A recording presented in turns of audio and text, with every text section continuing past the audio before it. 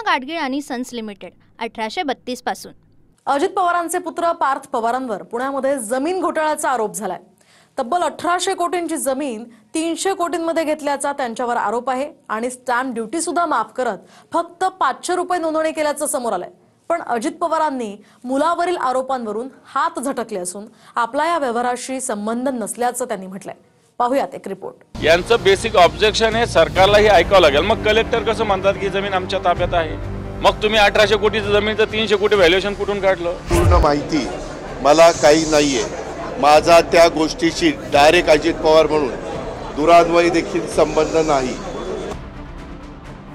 पुण्यातल्या कोरेगाव पार्कमधील महार वतनाच्या जमिनीवरून अजित पवारांचे पुत्र पार्थ पवारांवर थेट आरोप झाले। 1800 कोटींची जमीन 300 कोटींना घेतल्याचा आरोप आहे आणि त्यातही 21 कोटींची स्टॅम्प ड्युटी माफ केल्याचंही समोर आलं। पण अजित पवारांनी मुलाची बाजू न घेता पार्थ पवारांवरील आरोपांवरून हात झटकले आणि आपला पार्थच्या जमीन व्यवहाराशी दुरान्वय संबंध नसल्याचं अजित पवार म्हणाले। पूर्ण माहिती मला काही नाहीये। माझा त्या गोष्टीशी डायरेक्ट अजित पवार म्हणून दुरान्वयी देखील संबंध नाही। मला 35 वर्ष महाराष्ट्रातली जनता ओळखते।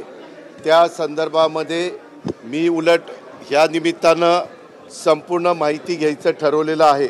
जर माझ्या नावाचा वापर करून कोणी चुकीचं करत असेल किंवा त्याच्यामध्ये नियमात न बसणारं करत असेल तर त्याला कुठलाही माझा पाठिंबा नसेल।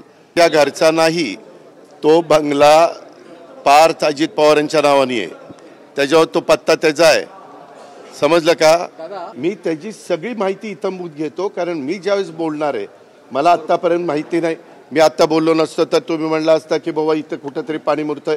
तुम्हाला सगळ्यांना माझा स्वभाव माहिती आहे, मी कधीही चुकीच्या कामाचं समर्थन केलं नाही। जर चूक झाली तर मी कबूल करतो, ही माझ्याकडनं चूक झाली, मी ती दुरुस्त करतो। परंतु ह्याच्यात माझा दुरान्वय पण संबंध नाही। मी कुणाशी चर्चाही केलेली नाही, मी त्याच्या संदर्भात कुणाशी बोललेलो पण नाही आहे। मला आणि अलीकडच्या काळामध्ये ज्यावेळेस आमच्या घरातली मुलं सज्ञान होतात, मोठी होतात, ते त्यांच्या व्यवसाय करतात। मुलं सज्ञान होतात तेव्हा ती त्यांचा व्यवहार करतात असं अजित पवार म्हणाले। म्हणजेच वडील अजित पवारांनाच डावलून पार्थ पवारांनी व्यवहार केला हे अजित पवारांच्याच बोलण्यातून स्पष्ट होतं। कारण अजित पवारांचं म्हणणं आहे या व्यवहाराची मला माहितीच नाही, पण त्याच वेळी 3 महिन्यांआधी हे प्रकरण कानावर आलं होतं, तेव्हा मुलाला असं चालणार नाही असं बजावलंही होतं, हेही अजित पवारांनी सांगितलंय। मागे एकदा 3-4 महिन्यापूर्वीची गोष्ट असेल की अशा पद्धतीचं काहीतरी चाललंय असं कानावर आलं, त्यावेळेस मी सांगितलं की असलं काही चुकीचं केलेलं मला चालणार नाही।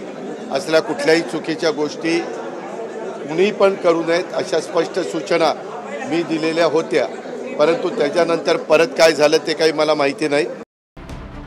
दरम्यान मी महसूल मंत्री असतानाच पार्थ पवारांच्या जमीन व्यवहाराची फाईल आपल्याकडे आली होती असं खडसे म्हणालेत आणि नव्या गौप्यस्फोटाचा त्यांनी इशाराही दिलाय।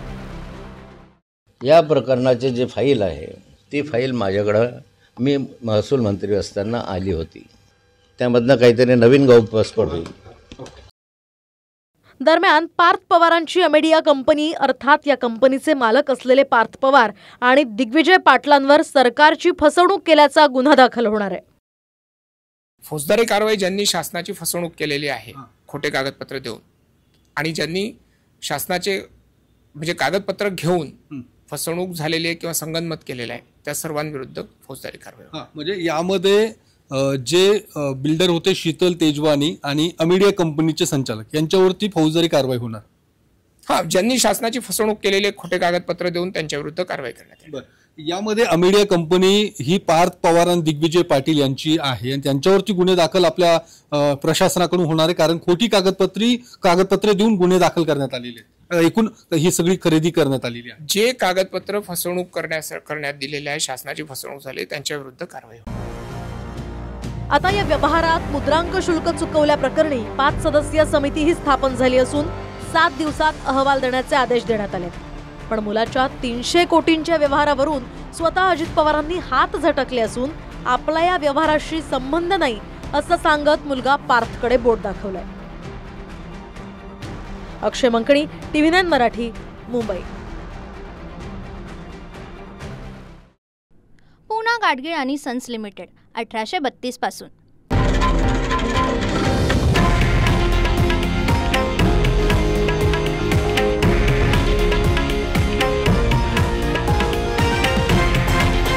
हे आहे देशातील नंबर 1 न्यूज नेटवर्क आणि आपण पाहत आहात TV9 मराठी, एकमेव.